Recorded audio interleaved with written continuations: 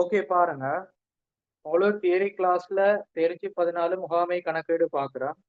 அந்த முகாமை கணக்கீடுல மொத்தம் 3 விடயங்கள் காணப்படுது. முதலாவது பொருட்கிரயம், கூலிக்கிரயம், மேந்தலை கிரயம்.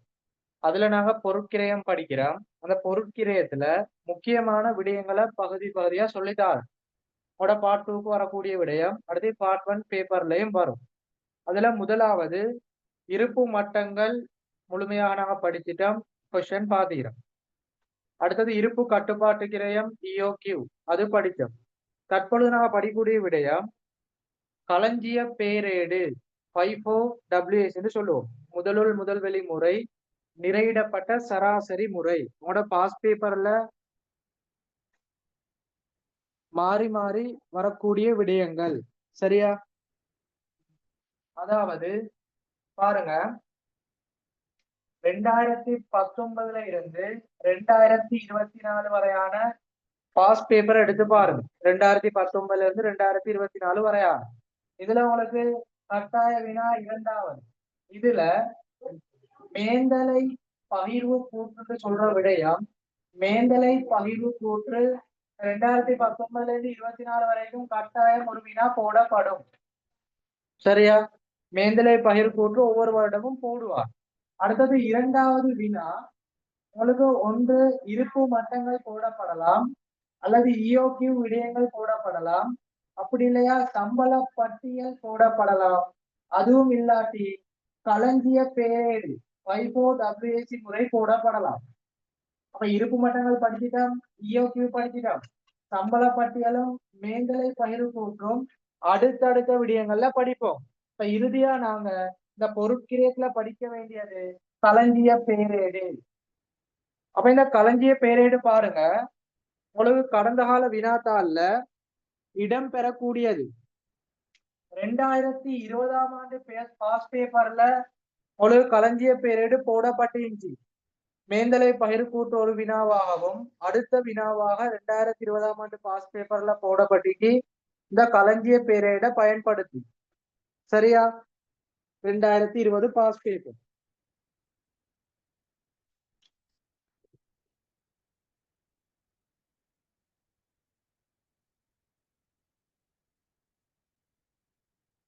அடுத்தது நாங்க பாக்குறோம் 2021ஆம் ஆண்டு பாஸ் பேப்பர். இந்த 2021ஆம் ஆண்டு பாஸ் பேப்பர்ல மேந்தலை பகிர்வு கூற்று கட்டாயம் போடப்படும். சரியா? இன்னும் ஒரு விடயமாக சம்பள பட்டியல் போடப்பட்டிருந்துச்சு.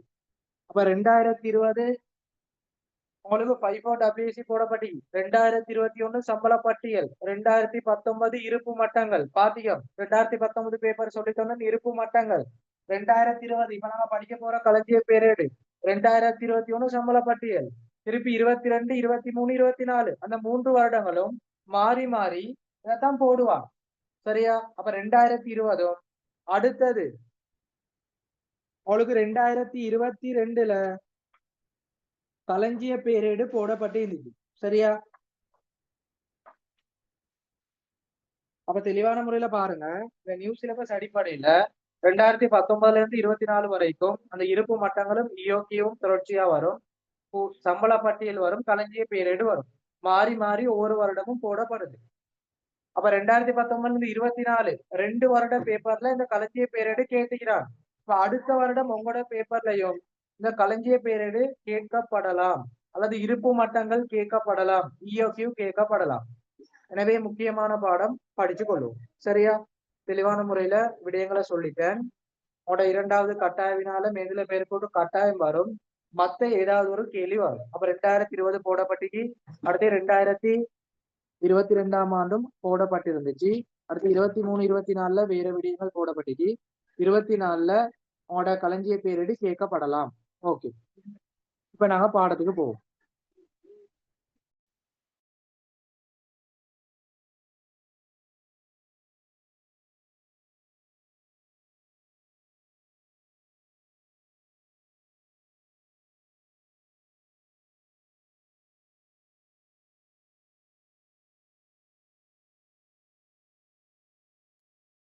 எல்லாரும் தலை போடுங்க. முதலாவது மூலப்பொருள் விலையிடல். தலை போடுங்க. மூலப்பொருள் விலையிடல்.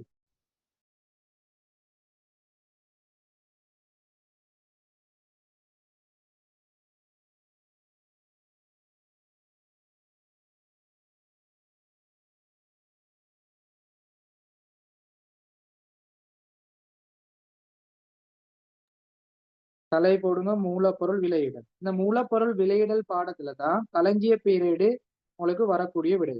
சரியா? பொருட்கிரயத்துல இறுதியாக படிக்க வேண்டிய விடயம் களஞ்சிய பீரியடு. அதுல நாங்க முதலாவது படிக்கணும் மூலப்பொருள் விலையிடல்.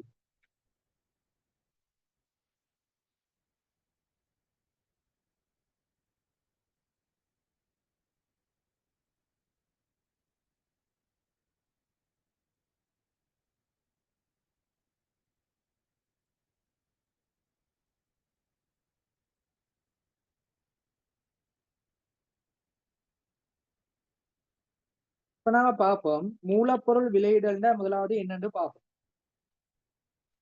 இதுல பாருங்க, இந்த முகாமை கணக்கீட்டுல மூலப்பொருள் தொடர்பான விடயங்கள் தான் நாங்க தொடர்ச்சியாக பார்க்கிறோம்.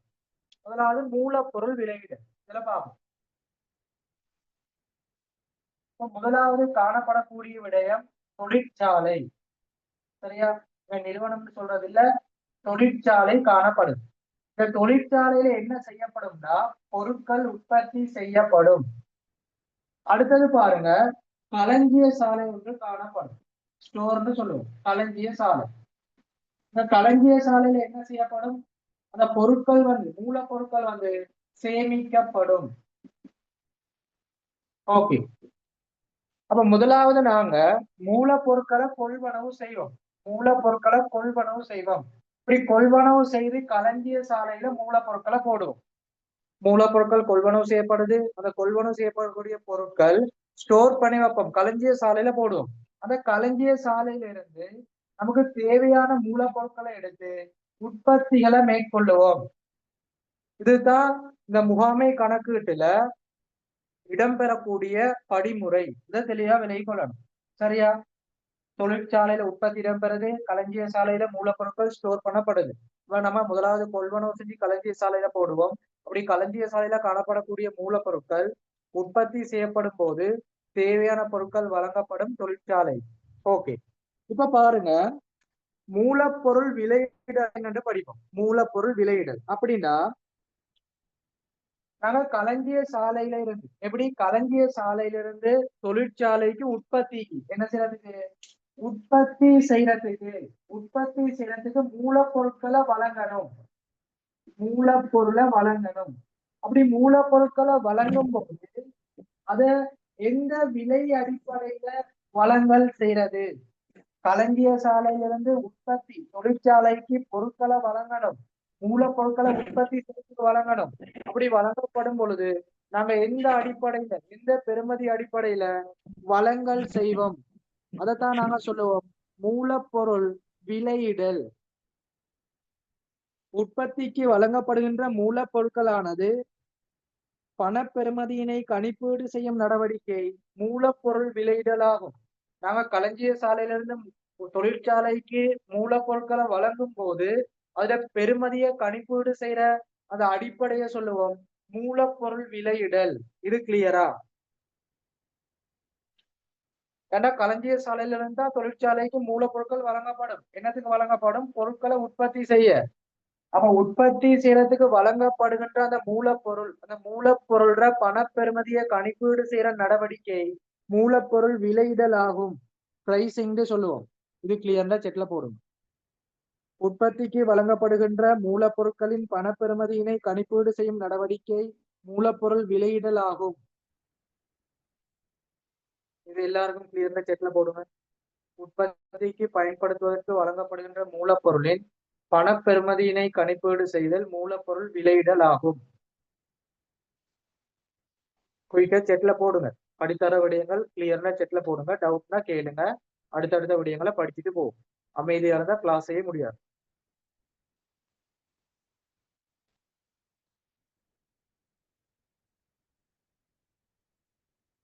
ஓகே. இப்ப நாங்க நோட்ஸ் எழுதி கொள்ளுவோம். அப்ப தெளிவான முறையில விளக்கப்படுத்திட்டேன். தொழிற்சாலை, களஞ்சிய சாலை. தொழிற்சாலையில உற்பத்தி இடம்பெறும், களஞ்சிய சாலையில பொருட்கள் ஸ்டோர் சேமிக்கப்படும். அப்ப நான் கொள்வனவு செஞ்சு களஞ்சிய சாலையில போட்டு களஞ்சிய சாலையில இருந்து உற்பத்திக்கு தேவையான மூலப்பொருட்களை வழங்குவோம். இதுதான் படிமுறை. இப்ப களஞ்சிய சாலையில இருந்து தொழிற்சாலைக்கு பொருட்களை வழங்கும் போது அந்த மூலப்பொருட்கள பணப்பெறுமதியை கணிப்பீடு செய்யற முறை மூலப்பொருள் விலையிடல் ஆகும். எழுதி கொள்ளுங்க. உற்பத்திக்கு வழங்கப்படுகின்ற மூலப்பொருட்களின் நோட்ஸ் எழுதிக்கோங்க. உற்பத்திக்கு வழங்கப்படுகின்ற மூலப்பொருட்களின் உற்பத்திக்கு வழங்கப்படுகின்ற மூலப்பொருட்களின் உற்பத்திக்கு வழங்கப்படுகின்ற மூலப்பொருட்களின் உற்பத்திக்கு வழங்கப்படுகின்ற மூலப்பொருட்களின் பணப்பெறுமதியினை கணிப்பீடு செய்யும் நடவடிக்கை. உற்பத்திக்கு வழங்கப்படுகின்ற மூலப்பொருட்களின் பணப்பெறுமதியினை கணிப்பீடு செய்யும் நடவடிக்கை மூலப்பொருள் விலையிடல் ஆகும். உற்பத்திக்கு வழங்கப்படும் மூலப்பொருட்களின் பணப்பெறுமதியினை கணிப்பீடு செய்யும் நடவடிக்கை மூலப்பொருள் விலையிடல் ஆகும். இது எழுதுனா ஓகேன்னு போடுங்க, கிளியரா ஓகேன்னு போடுங்க. சிம்பிளான விடை.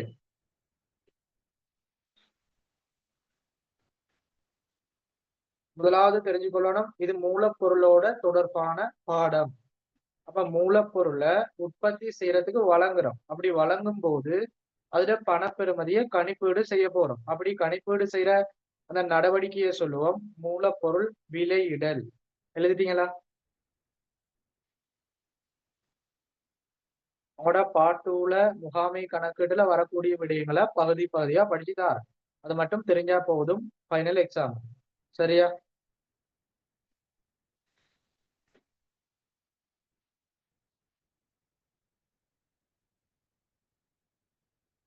இப்ப அடுத்தது நாங்க போவோம் இந்த மூலப்பொருள் விலையிடல்ற வகைகளுக்கு போவோம்.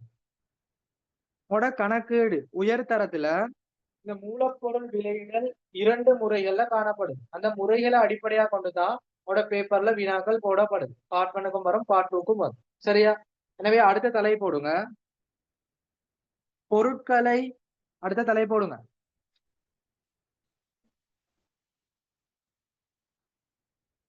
மூலப்பொருட்களை உற்பத்திக்கு வழங்கும் போது மூலப்பொருட்களை உற்பத்திக்கு வழங்கும் போது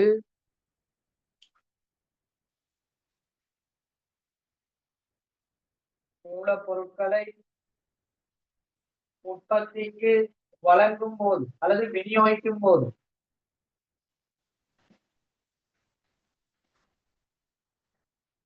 மூலப்பொருட்களை உற்பத்திக்கு வழங்கும் போது அல்லது விநியோகிக்கும் போது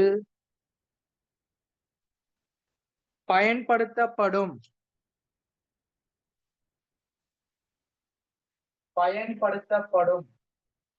விலையிடல்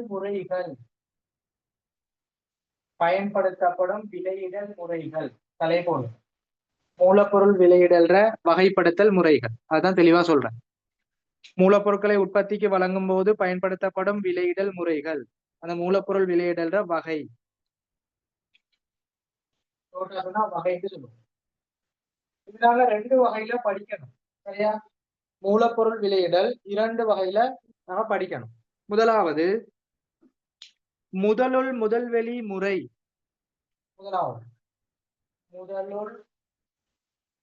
முதல்வெளி முறை.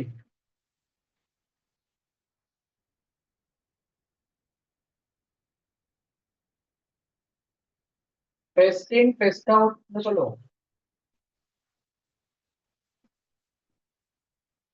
முதலுள் முதல் வெளிமுறை பெஸ்ட் இன் பெஸ்ட் அவுட் மெத்தட்னு சொல்லுவோம். இதை நாங்க சுருக்கமா சொல்லுவோம் FIFO முறைன்னு சொல்லுவோம். முதலுள் முதல் வெளிமுறை பெஸ்ட் இன் பெஸ்ட் அவுட் மெத்தட்னு சொல்லுவோம் FIFO. சரியா? அடுத்தது நிறையளிக்கப்பட்ட சராசரி முறை.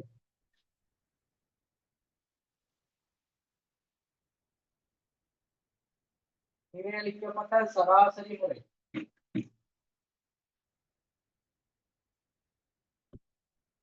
வெயிட்டட் எவரேஜ் மெத்தட்னு சொல்லுவோம். வெயிட்டட் எவரேஜ் காஸ்ட் மெத்தட்னு சொல்லுவோம். WAC முறை. முதலுள் முதல்வெளி முறை FIFO முறை. இரண்டாவது நிறையிடப்பட்ட சராசரி முறை WAC முறைன்னு சொல்லுவோம். எழுதி கொள்ளுங்க. அதுக்கு பிறகு நாங்க இந்த ஒவ்வொரு முறைகள் தொடர்பான விளக்கங்களை பார்ப்போம். அடுத்து களஞ்சிய பேரேடு பார்ப்போம்.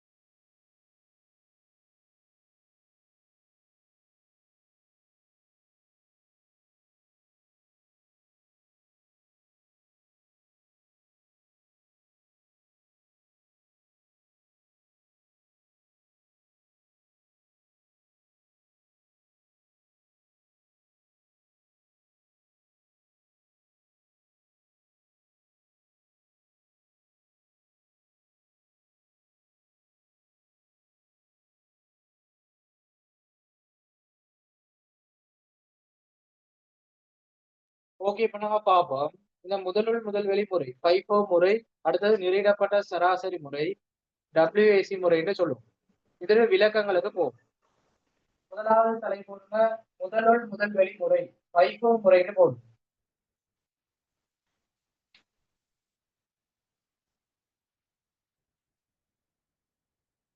முதலாவது FIFO முறைன்னு போடுங்க. தெளிவான முறையில சொல்லித்தார்.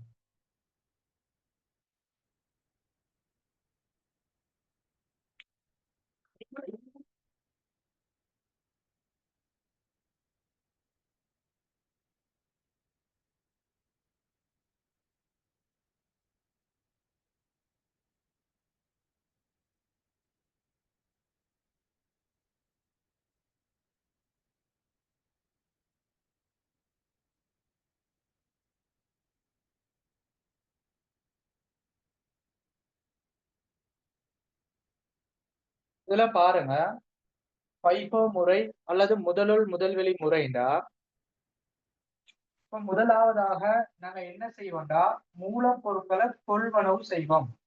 முதலாவது நாங்க என்ன செய்வோம், மூலப்பொருட்களை கொள்வனவு செய்வோம். அப்ப உதாரணத்துக்கு பாருங்க, முதலாம் மாதம் 1ஆம் தேதி மூலப்பொருட்கள் கொள்வனவு செய்யப்படுது 50 ரூபாய்க்கு 100 அலகுகள்.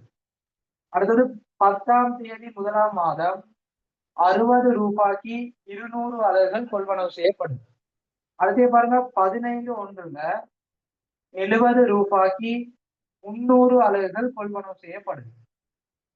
முதலாவது என்ன செய்யப்படும், பொருட்கள் கொள்வனவு செஞ்சு களஞ்சிய சாலையில நாங்க ஸ்டோர் பண்ணுவோம், சேமிச்சு வைப்போம்.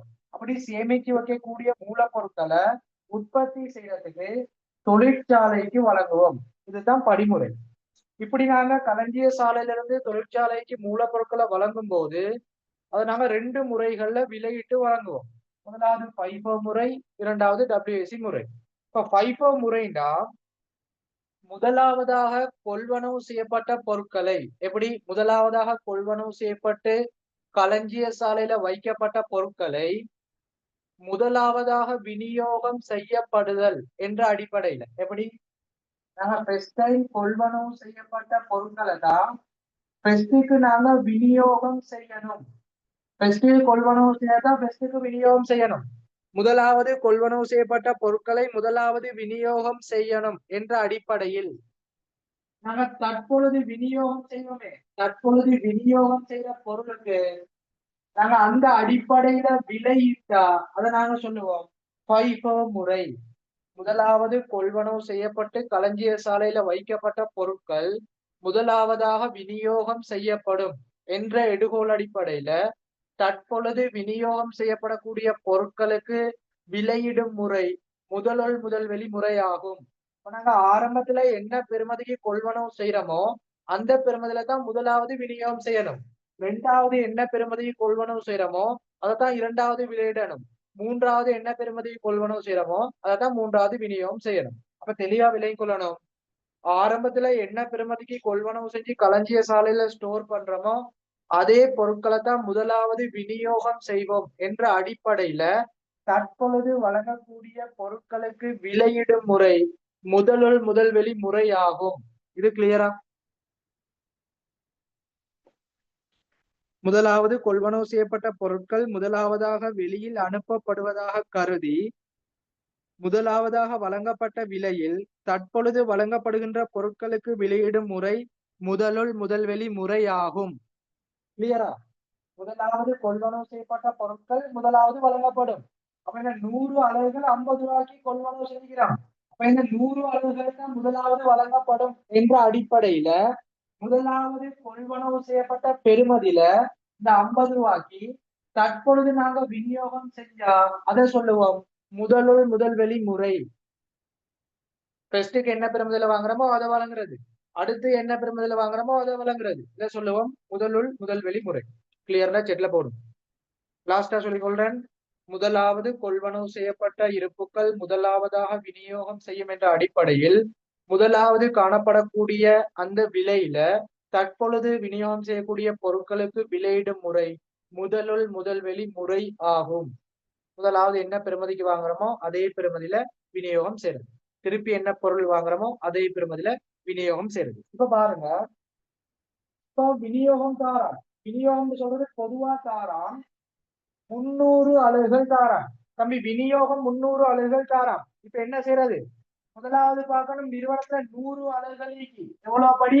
50 ரூபாய் படி கொடுக்கணும். திருப்பி பாருங்க, நிறுவனத்துல 200 அலகு, அப்ப பேலன்ஸ் 200 கொடுங்க, திருப்பி 60 ரூபாய்க்கு கொடுங்க. இப்ப இந்த ஓர்டர்ல கொடுக்கறதுதான் முதல் வெளிமுறை. ஆரம்பத்துல 100 ஆளுகள் 50 ரூபாய்க்கு கொடுக்கறோம், பேலன்ஸ் 200 வழங்கணும், திருப்பி பாக்குறோம் 200 ஆளுகள் 60 ரூபாய்க்கு திருப்பி வழங்குறோம். இதை நாங்க சொல்லுவோம் முதல் வெளிமுறை. ஓகே,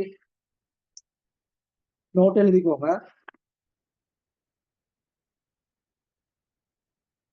முதல் வெளிமுறையை கீழே எழுதிக்கொள்ளும். முதலாவதாக கொள்வனவு செய்யப்பட்ட பொருட்கள், தெளிவான முறையில் எழுதுங்க. முதலாவதாக கொள்வனவு செய்யப்பட்ட பொருட்கள், முதலாவதாக கொள்வனவு செய்யப்பட்ட பொருட்கள்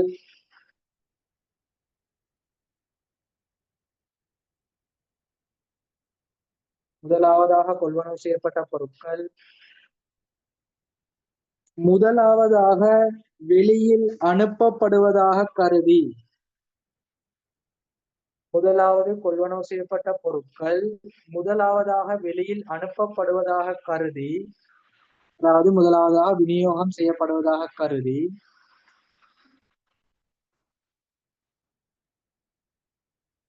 முதலாவது கொள்வனவு செய்யப்பட்ட விலையில், முதலாவது கொள்வனவு செய்யப்பட்ட விலையில் முதலாவது கொள்வனவு செய்யப்பட்ட விலையில் தற்பொழுது வழங்கப்படுகின்ற அல்லது தற்பொழுது விநியோகம் செய்யப்படுகின்ற பொருட்களுக்கு, தற்பொழுது வழங்கப்படுகின்ற அல்லது தற்பொழுது விநியோகம் செய்யப்படுகின்ற பொருட்களுக்கு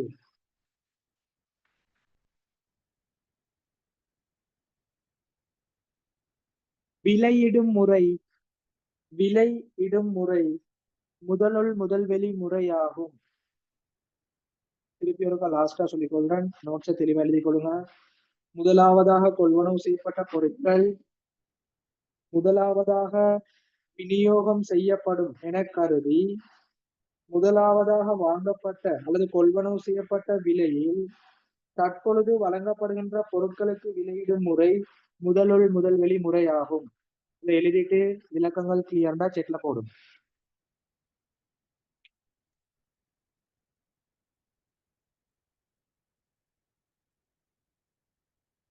முன்னூறு அலகுகள் விநியோகம் செய்யணும். இப்ப முதலாவது கொள்வனவு செய்யப்பட்டதுதான் முதலாவது வழங்கணும்.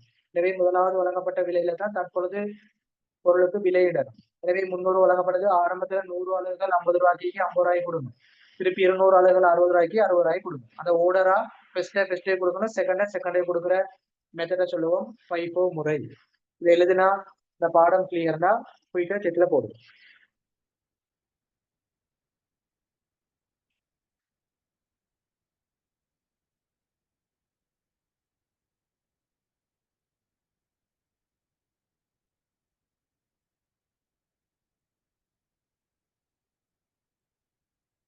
எல்லாரும் நோட் பண்ணுங்க, அடுத்த விஷயத்துக்கு போகும்.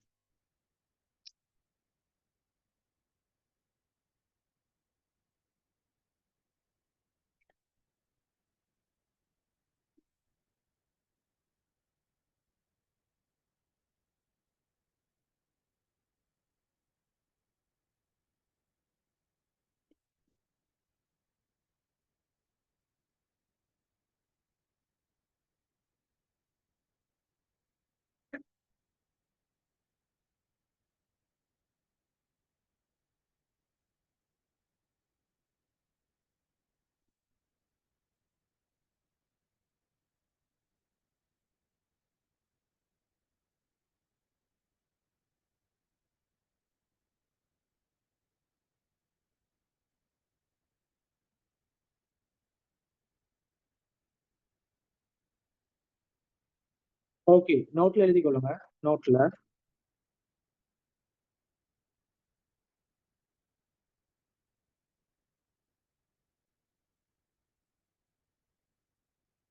FIFO முறையில் பொருட்களை விநியோகம் செய்யும் போது FIFO முறையில் பொருட்களை விநியோகம் செய்யும் போது பைப்பு முறையில் பொருட்களை விநியோகம் செய்யும் போது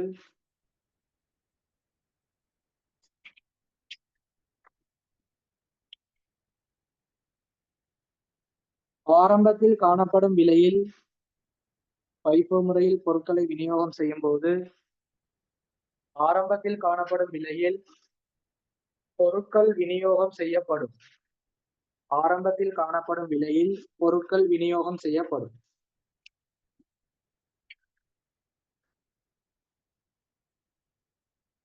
ஆரம்பத்தில் காணப்படும் விலையில் பொருட்கள் விநியோகம் செய்யப்படும். பின்னர் பின்னர் பொருட்கள் விநியோகம் செய்யப்படும் போது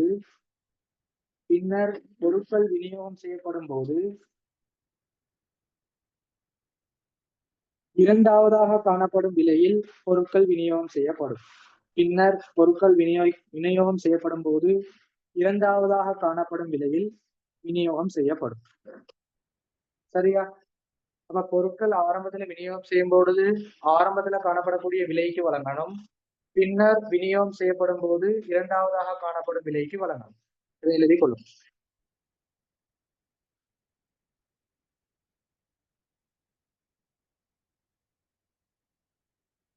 அடுத்தது நாம பார்ப்போம், இந்த FIFO முறையில களஞ்சிய பேரேடு எப்படி மாதிரி அமைப்புன்னு பார்ப்போம்.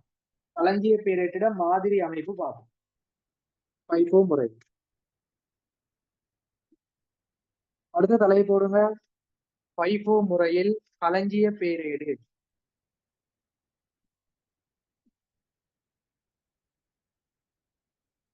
அடுத்தது போடுங்க FIFO முறையில களஞ்சிய பேரேடு. அதுல மாதிரி வடிவத்துக்கு போகும்.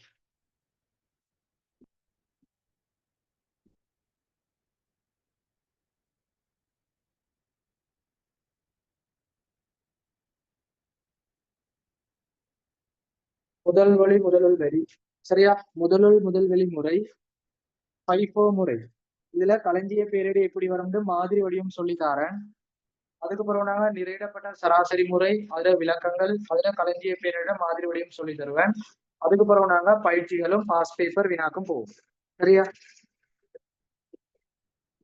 இப்ப களஞ்சிய பேரேட மாதிரி வடிவம் எழுதிக்கோங்க. முதலாவது திகதி வரும்.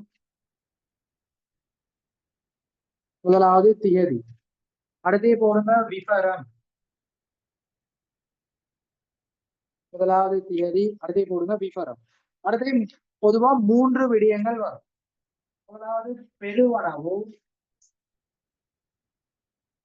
பகுப்பாய்வின் அடிப்படையில வரும். முதலாவது பெருவனவு. அடுத்தது விநியோகம்.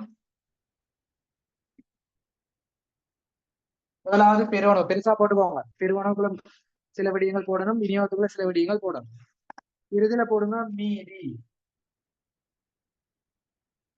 இறுதியில போடுங்க மீதி. திகதி, விகாரம், பெருவனவு, விநியோகம், மீதி. பெருவனவுன்னு சொல்றது நாம் கொள்வனவு செய்யக்கூடிய இருப்பு. விநியோகம்னு சொல்றது நாங்கள் விற்பனை செய்யக்கூடிய இருப்பு. சரியா? நம்ம களஞ்சிய பேர் எப்படி வரும்? திகதி, விவரம், பெருவனவு. பெருவனவுக்குள்ள போடுங்க அலகு விலை. இந்த பொருள்ற விலை காட்டணும். அலகு விலை காட்டணும். இரண்டாவது அந்த பொருள்ற அலகு காட்டணும். எத்தனை அலகு?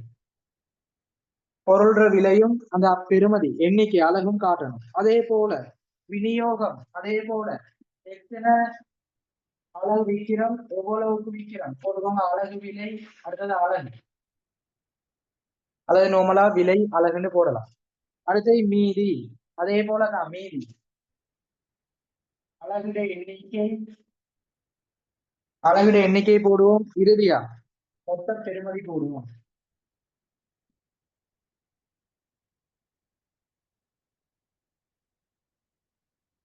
சரியா? இதுதான் FIFO முறையில களஞ்சிய பேரேட மாதிரி வடிவம். திகதி, விபரம், பெருவனவு, விநியோகம், மீதி. திகதியில திகதியை போடுவோம். விபரத்துல விபரங்களை போடுவோம். ஆரம்ப மீதியா அல்லது கொள்வனவா அல்லது விநியோகமா, உட்திருமலா வெளித்திருமலான்னு போடுவோம். அடுத்து பெருவனவுல கொள்வனவான விடயங்கள்ல எவ்வளவுன்னு போடுவோம், எத்தனை எண்ணிக்கைன்னு போட்டு மொத்தத்தை போடுவோம் பெருமதி. அதே போல விநியோகத்துல அலகு விலை போடுவோம், எண்ணிக்கையை போடுவோம், மொத்தத்துல பெறுமதியை போடுவோம். அடுத்து இந்த மீதின்னு சொல்றது இறுதியில காணப்படக்கூடிய இருப்புக்கள். கொள்வனவு செய்யறதால எவ்வளவு காணப்படுது, திருப்பி விற்கிறதால இறுதியில எவ்வளவு வருது, மொத்தமா கூட்டி எடுக்கும்போது இறுதியாக காணப்படக்கூடியது இறுதி இருப்பு அப்படி வரும். சரியா?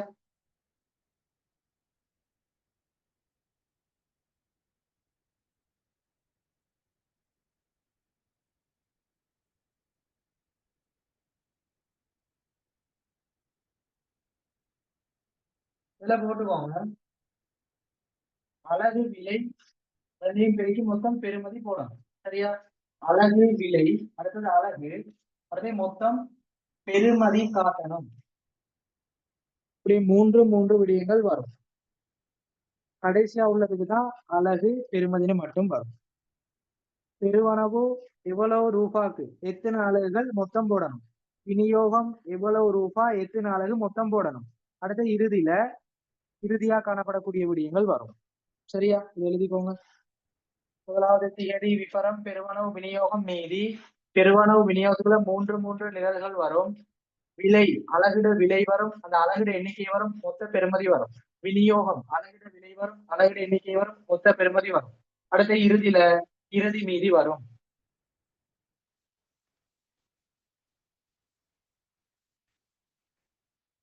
இந்த விநியோகம் பெறுமதி, அந்த விநியோகத்துல பெறுமதி அதுல இறுதியில வாரன்னு சொல்லுவோம் விற்பனை கிரயம். அந்த விநியோகத்துல மொத்த இறுதி அதுல வாரபடி என்ன சொல்லுவோம் விற்பனை கிரயம். இந்த மீதியில இறுதியில வருது பெறுமதி, இதை நாங்க சொல்லுவோம் இறுதி இருப்பு. இது ரெண்டையும் நோட் பண்ணுங்க. விநியோகத்துல இறுதியில வார பெறுமதி விற்பனை கிரயம், மீதியில இறுதியில வார பெறுமதி இறுதி இருப்பு. இவ்வளவுதான் விடயம். இதை நோட் பண்ணிக்கோங்க. இது கிளியர்னா எழுதி முடிச்சு செட்ல போடுங்க. அடுத்து டபிள்யூஏசி முறைக்கு போகும். திகதி விவரம் பெருவனவு விநியோகம் மீதி. பெருவனவுல மூன்று விடயம், விநியோகத்துல மூன்று விடயம், அடுத்து மீதியில ரெண்டு விடயம். அலகு விலை அலகு பெறுமதி, அலகு விலை அலகு பெறுமதி, அடுத்து அலகுட எண்ணிக்கையும் பெறுமதியும் மட்டும். விநியோகம் செயல இறுதியில வார அந்த பெறுமதி விற்பனை கிரயம், மீதியில வார இறுதியில வார பெறுமதி இறுதி இருப்பு. எழுதி வச்சுக்கோங்க.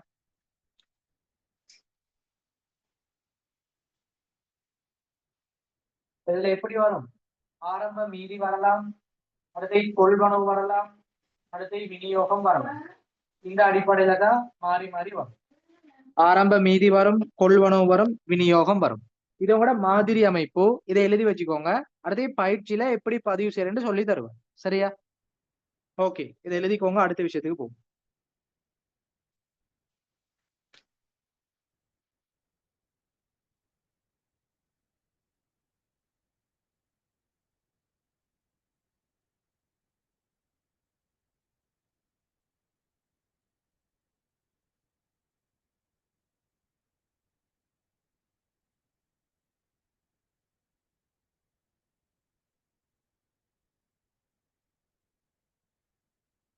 குயிக்கா இதை எழுதிட்டு எல்லாரும் கிளியர்னா செட்ல போடுங்க. அடுத்த விடயத்துக்கு போகும்.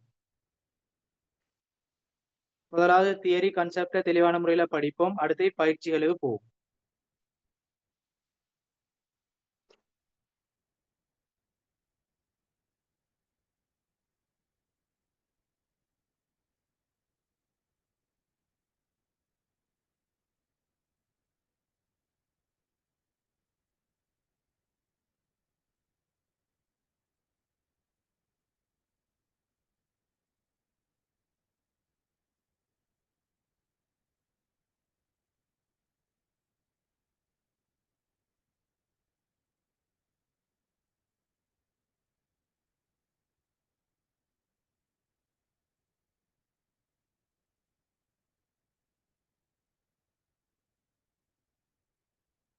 இப்ப நாங்க அடுத்த விடயத்துக்கு போவோம். அடுத்த தலை போடுங்க.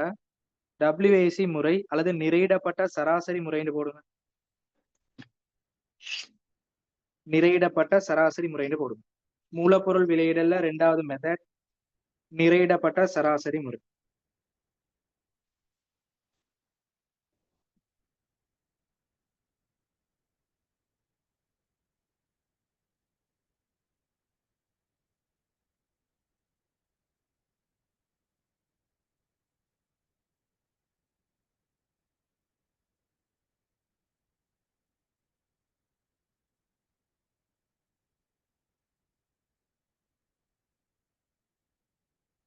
நிலையிடப்பட்ட சராசரி முறை அல்லது டபிள்யூஏசி முறைன்னு தலை போடுங்க.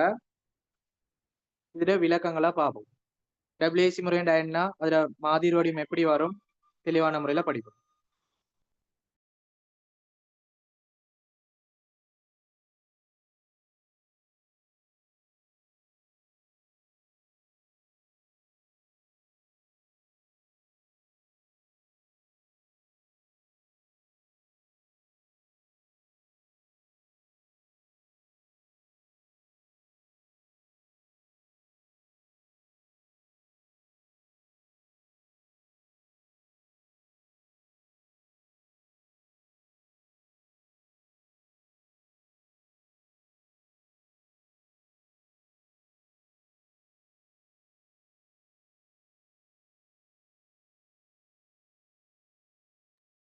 ஓகே பாருங்க, நிறையிடப்பட்ட சராசரி முறைன்னு சொல்றது மிக இலகுவான முறை. உங்களுக்கு முதல்வழி முறை மாறி முதலாவது கொள்வனவு செய்யப்பட்டது முதலாவது விநியோகம் செய்யணும், இரண்டாவது கொள்வனவு செய்யப்பட்டது இரண்டாவது விநியோகம் செய்யணும், அப்படியெல்லாம் இல்லை. இந்த நிறையிடப்பட்ட சராசரி முறைன்னு சொல்றது மிக இலகுவானது. பொருட்களை நாங்க முதலாவது கொள்வனவு செய்வோம். அப்படி கொள்வனவு செய்யற பொருட்கள் களஞ்சிய சாலையில சேமிச்சு வைப்போம். களஞ்சிய சாலையில காணப்படக்கூடிய பொருட்கள் உற்பத்தி செய்யறதுக்காக தொழிற்சாலைக்கு மூலப்பொருட்களை விநியோகம் செய்வோம். அப்படி மூலப்பொருட்களை விநியோகம் செய்யும் போது அந்த பயன்படுத்துற விலையிடல் முறை டபிள்யூஏசி முறை. அந்த டபிள்யூஏசி முறைன்னா என்னன்னு பார்ப்போம். இதுல பாருங்க, இப்ப நாங்க பொருட்களை உற்பத்தி செய்யறதுக்கு மூலப்பொருட்களை வழங்குவோம், தொழிற்சாலைக்கு வழங்குவோம். அப்படி வழங்கும் போது இந்த டபிள்யூஏசி முறை எப்படி நாங்க விலையிடல் செய்யறதுன்னா, நாங்க முதலாவது பார்க்க வேண்டிய விஷயம் டபிள்யூஏசி விலை, நிலையிடப்பட்ட சராசரி விலையை முதலாவது கண்டுபிடிக்கணும். முதலாவது நாங்க என்ன செய்யணும், சராசரி விலையை கணிப்பீடு செஞ்சு அந்த விநியோகம் செய்யற பொருட்களுக்கு விலைகளை இடுற முறை நிலையிடப்பட்ட சராசரி முறை ஆகும். மிக இலகுவானது. நாம பொருட்களை விநியோகம் செய்யும் போது காணப்படக்கூடிய சராசரி விலையை கண்டுபிடிச்சு தற்பொழுது விநியோகம் செய்யக்கூடிய பொருட்களுக்கு விநியோகிக்கும் அந்த விலையிடல் முறை தான் நிறையிடப்பட்ட சராசரி முறை. திருப்பி ஒருக்கா பாருங்க, பொருட்களை விநியோகம் செய்யும் போது இருப்புக்கொள்ற சராசரி விலையை கண்டுபிடிச்சு தற்பொழுது விநியோகம் செய்யக்கூடிய பொருட்களுக்கு விலையிடும் முறை நிறையிடப்பட்ட சராசரி முறை ஆகும். இருப்பாக இருக்கும் பொருட்களின் மொத்த பெறுமதியினை மொத்த இருப்புகளின் அலகுகளால் பிரிப்பதன் மூலம் சராசரி விலை பெறப்படும். அந்த சராசரி விலையில் பொருட்களுக்கு விலையிடுதல் நிறையிடப்பட்ட சராசரி முறை ஆகும். எப்படி சராசரி விலையை கண்டுபிடிச்சு பொருட்களுக்கு விலையிடுத முறை நிறையிடப்பட்ட சராசரி முறை. திருப்பி ஒருக்கா பாருங்க, சராசரி விலையை கண்டுபிடிச்சு பொருட்களுக்கு விலையிடும் முறை நிறையிடப்பட்ட சராசரி முறை. சிம்பிளான விஷயம். இதுல பாருங்க, டபிள்யூஏசி விலை அல்லது நிறையிடப்பட்ட சராசரி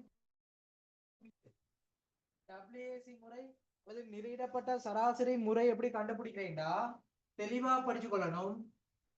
விநியோகம், இது முக்கியமான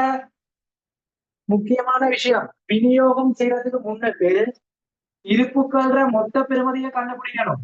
இருப்புக்களின் மொத்த பெறுமதி. அடுத்தது இருப்புக்கள எண்ணிக்கை. இருப்புக்கள மொத்த பெறுமதியை இருப்புக்கள எண்ணிக்கையால பிரிப்பதன் மூலம் கிடைக்கக்கூடியது சராசரி விலை. இந்த சராசரி விலை அடிப்படையா கொண்டு நாங்க விலையிடல் செஞ்சா அதை சொல்றது நிறையிடப்பட்ட சராசரி விலை. எல்லாருக்கும் கிளியரா? இருப்புக்களை களஞ்சிய சாலையில இருந்து தொழிற்சாலைக்கு அனுப்பப்படும் போது நாங்க நிறையிடப்பட்ட சராசரி விலையை கண்டுபிடிச்சு அதை விலையிடல் செஞ்சா அதுக்குதான் பெயர் நிறையிடப்பட்ட சராசரி முறை. நாங்க விலையை கண்டுபிடிச்சு பொருளுக்கு விலையிடல். சிம்பிளான மெத்தட். எப்படி நாங்க விலையை கண்டுபிடிக்கிறேன்னா விநியோகம் செய்யற முன்னுக்கு இருப்புக்கால மொத்த பெறுமதியை கண்டுபிடிச்சு இருப்புக்கால எண்ணிக்கையால பிரித்தா சராசரி விலை வரும். அந்த சராசரி விலைய அடிப்படையா கொண்டு விலையிடல் செஞ்சா அது நிறையிடப்பட்ட சராசரி விலை முறைன்னு சொல்லுவோம். இது கிளியர்னா செட்ல போடுங்க. எப்படி விநியோகம் தந்தாலும் அந்த விநியோகத்துக்கு முன்னுக்குள்ள மொத்த பெறுமதியை மொத்த இருப்புகள் எண்ணிக்கையால பிரிச்சு சராசரி விலையை கண்டுபிடிங்க. அதுக்கப்புறம் அந்த விலையை அடிப்படையாக கொண்டு பொருட்களை விநியோகம் செய்யுங்க. வெயிட்டட் எவரேஜ் மெத்தட்னு சொல்லுவோம். நிலையிடப்பட்ட சராசரி முறை. எல்லாருக்கும் கிளியரா? திருப்பி திருப்பி சொல்லித்தாரன், கிளியரா விலையை கொள்றது.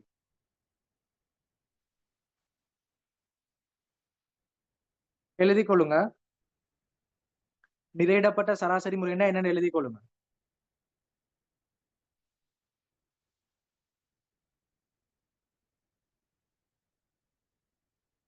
களஞ்சிய சாலையிலிருந்து பொருட்களை விநியோகிக்கும் போது களஞ்சிய சாலையிலிருந்து பொருட்களை விநியோகிக்கும் போது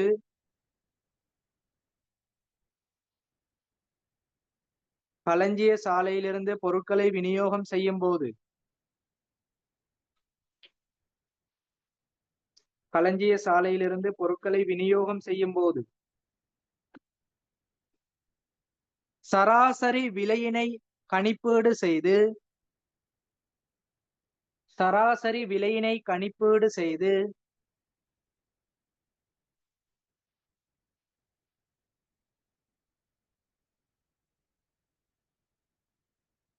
களஞ்சிய சாலையிலிருந்து பொருட்களை விநியோகிக்கும் போது சராசரி விலையினை கணிப்பீடு செய்து தொடர்ச்சியாக எழுதுங்க. சராசரி விலையை அடிப்படையாக கொண்டு சராசரி விலையினை அடிப்படையாக கொண்டு சராசரி விலையினை அடிப்படையாக கொண்டு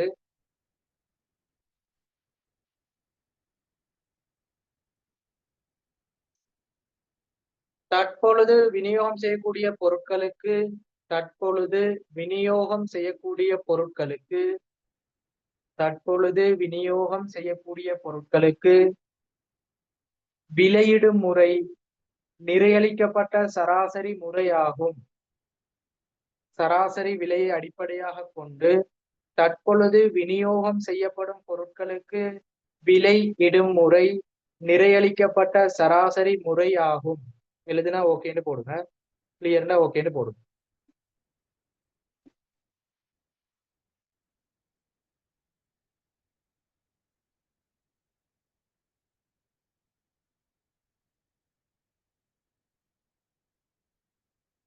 அடுத்த வரியில அடுத்த நோட்ல போடுங்க.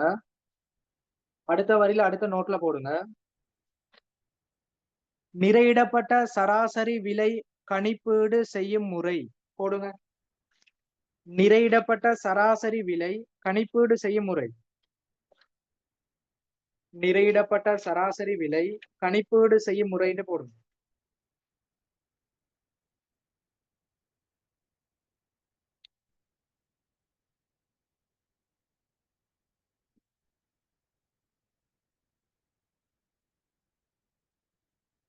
நிறையிடப்பட்ட சராசரி விலை கணிப்பீடு செய்யும் முறை எழுதி கொள்ளுங்க.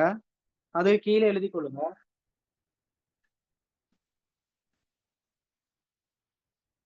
விநியோகம் செய்வதற்கு முன் அதை கீழே எப்படி நாங்க WSC விலை கண்டுபிடிக்கிறது எழுதிக்கோங்க. விநியோகம் செய்வதற்கு முன் விநியோகம் செய்வதற்கு முன் இருப்புகளின் மொத்த பெறுமதியினை கணிப்பீடு செய்தல் வேண்டும்.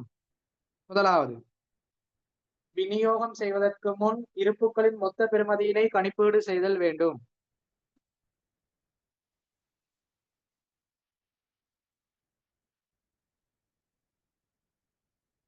விநியோகம் செய்வதற்கு முன் இருப்புகளின் மொத்த பெறுமதியினை கணிப்பீடு செய்தல் வேண்டும்.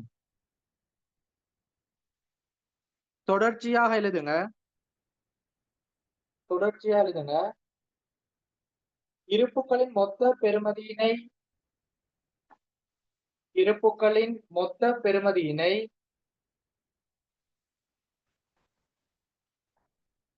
இருப்புகளின் எண்ணிக்கையினால் இருப்புகளின் மொத்த பெறுமதியினை இருப்புகளின் எண்ணிக்கையினால் பிரிப்பதன் மூலம் இருப்புகளின் மொத்த பெறுமதியினை இருப்புகளின் எண்ணிக்கையினால் பிரிப்பதன் மூலம்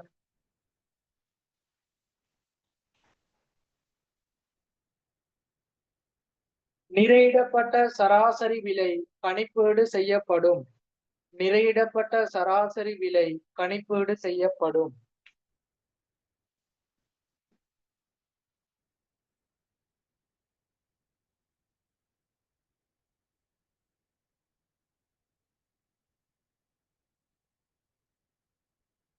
அதுக்கு கீழே சமன்பாடு போடுங்க. நிறையிடப்பட்ட சராசரி விலை சமன், தெளிவான முறையில போடுங்க.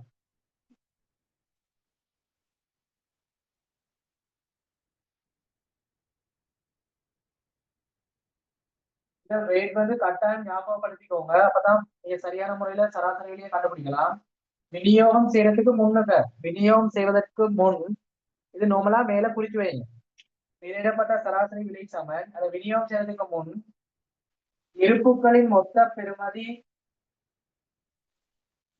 இருப்புக்களின் மொத்த பெறுமதி, அதன் கீழ் இருப்புக்களின் எண்ணிக்கை, இருப்புக்களின் மொத்த பெறுமதி, அதன் கீழ் இருப்புக்களின் எண்ணிக்கை. இப்படி பிரித்து வார அந்த பெறுமதி காணப்படுது. இந்த பெறுமதியை அடிப்படையா கொண்டு நாங்க பொருட்களுக்கு விலையிட்டா நிறையிடப்பட்ட சராசரி முறை. சிம்பிளான விஷயம், இதை எழுதி கொள்ளுங்க. நிறையிடப்பட்ட சராசரி விலை எப்படி கண்டுபிடிக்கிறேன்?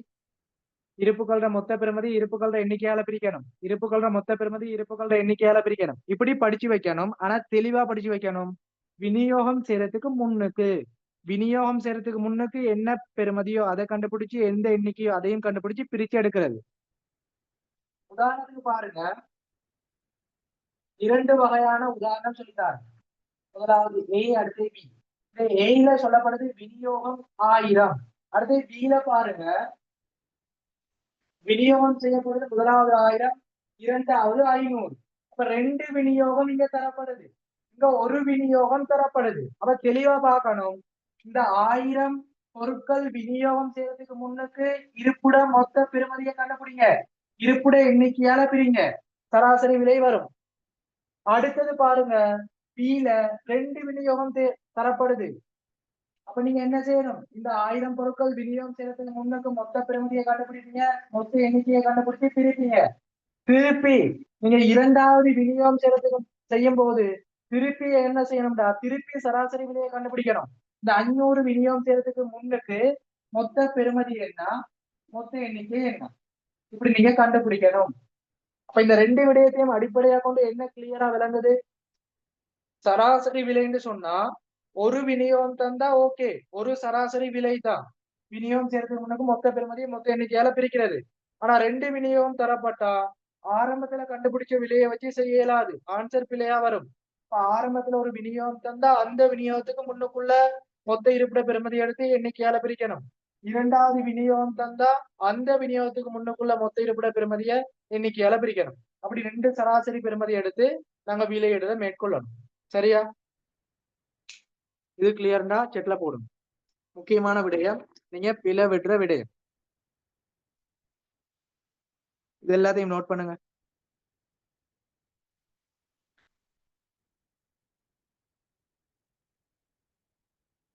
அடுத்த நோட்ல எழுதிக்கோங்க.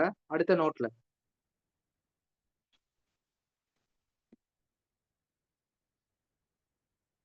சராசரி விலை கணிப்பீடு செய்யும் போது, சராசரி விலை கணிப்பீடு செய்யும் போது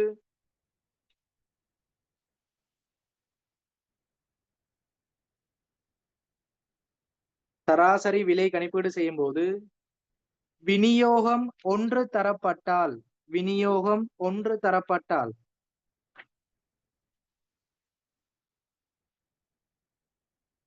சராசரி விலை கணிப்பிடும் போது விநியோகம் ஒன்று தரப்பட்டால் சராசரி விலை, சராசரி விலை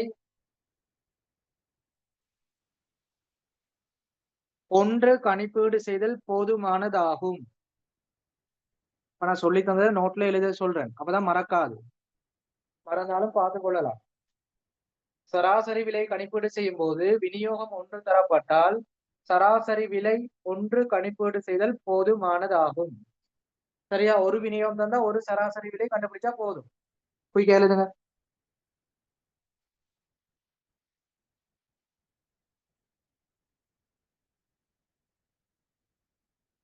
அடுத்த நோட்ல போடுங்க. அடுத்த நோட்ல ஒன்றுக்கு மேற்பட்ட விநியோகங்கள் தரப்படும் பொழுது ஒன்றுக்கு மேற்பட்ட விநியோகங்கள் தரப்படும் பொழுது அடுத்த நோட்ல போடுங்க. ஒன்றுக்கு மேற்பட்ட விநியோகங்கள் தரப்படும் பொழுது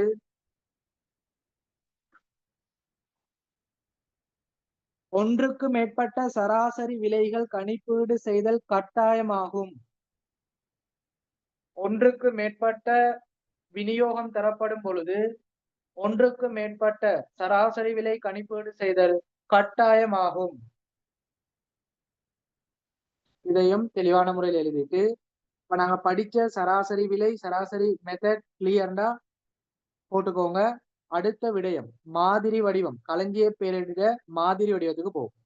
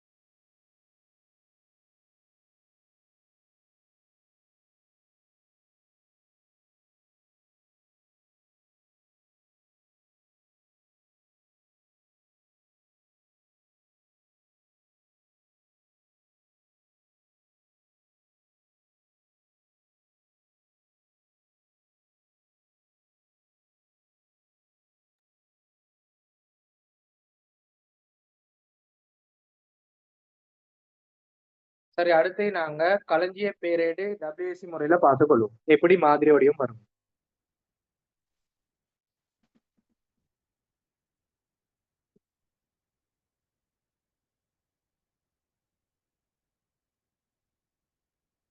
போட்டுக்கோங்க.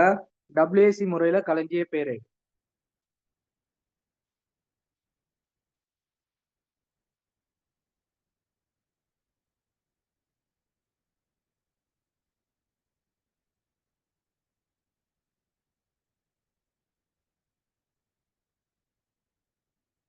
WSC முறையில களஞ்சிய பேரேடுல மாதிரி வடிவம் பார்த்துக்கொள்வோம். அப்ப அதை நாங்க அடிச்ச மாதிரி தான் அடிக்கணும். சிறிய ஒரு மாற்றம் வரும். சரியா?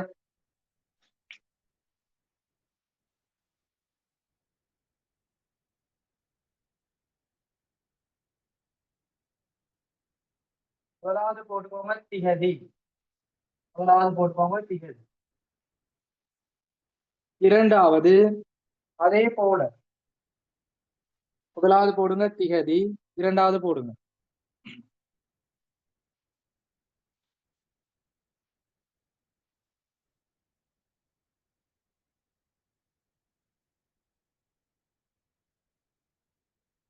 விபரம். இரண்டாவது விபரம்.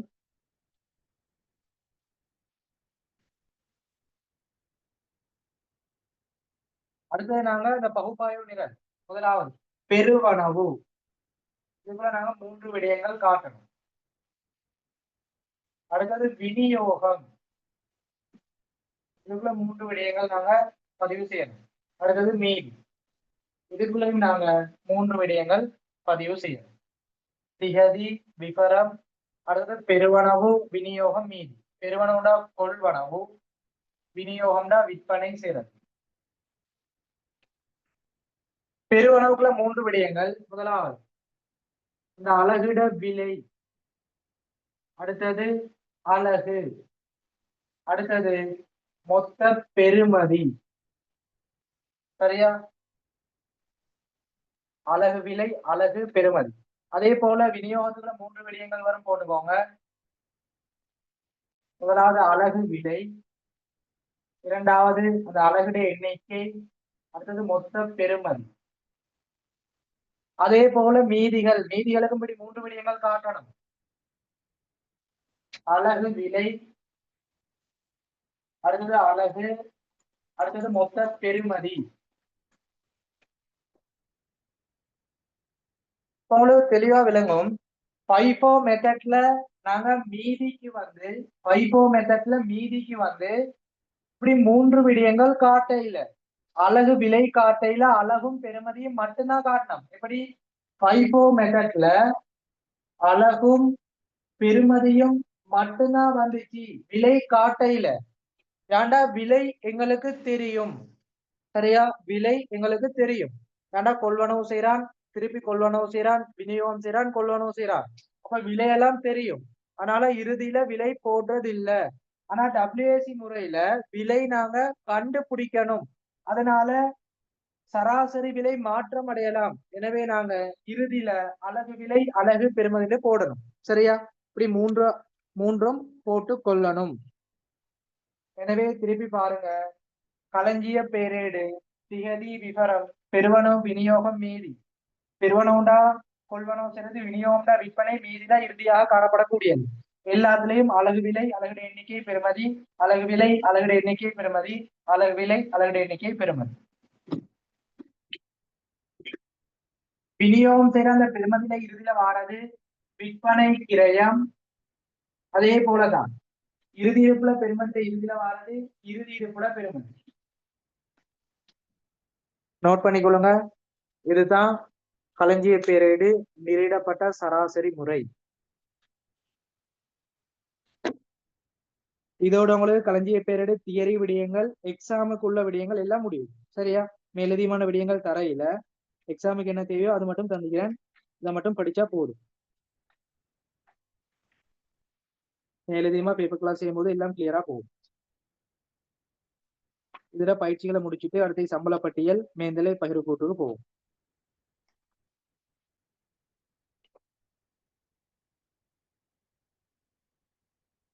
சரியா, அப்ப நிலையிடப்பட்ட சராசரி முறை உங்களுக்கு கிளியர் ஆகிக்கும். அடுத்த சராசரி விலை எப்படி செய்யறது அதுவும் கிளியர். அதே களஞ்சிய பேரேட மாதிரி வடிவம் இதை எழுதிட்டு கிளியரா செட்ல போடுங்க. சரியா, இப்ப நாங்க படிச்சுக்கிறோம் கான்செப்ட், தியரி மட்டும்தான் சொல்லி தந்துக்கிறேன். எப்படி களஞ்சிய பீரியட்ல பதிவு செய்யறதுன்னு வினாக்கள் சொல்லி தரையில அது இன்ஷால்லா அடுத்தது சொல்லி தரும். அப்ப சகல மாணவர்களும் போட்டுக்கோங்க, எல்லாரும் போடுங்க. இன்றைய படிச்ச களஞ்சிய பேரேடு, மூலப்பொருள் விலையிடல், முதல் வெளிமுறை, நிரையிடப்பட்ட சராசரி முறை, களஞ்சிய பேரேடு மாதிரி வடிவம், இதெல்லாம் கிளியரான செக்ல போடுங்க.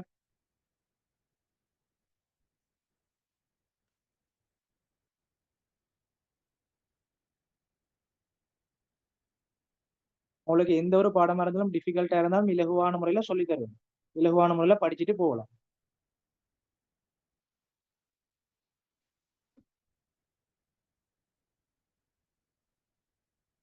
உங்களுக்கு 2019 இருந்து 2024 வரைக்கும் முகாமை கணக்கீட்டுல இடம்பெற்ற சகல விடயங்களையும் சொல்லி தருவேன்.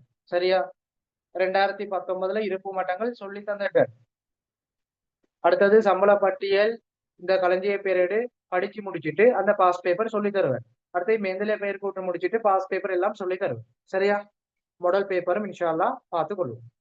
இப்ப இதோட நாங்க இந்த களஞ்சிய பீரியடு தியரி விடயங்களை முடிச்சு கொள்வோம். இன்ஷால்லா அடுத்த கிளாஸ்ல உங்களுக்கு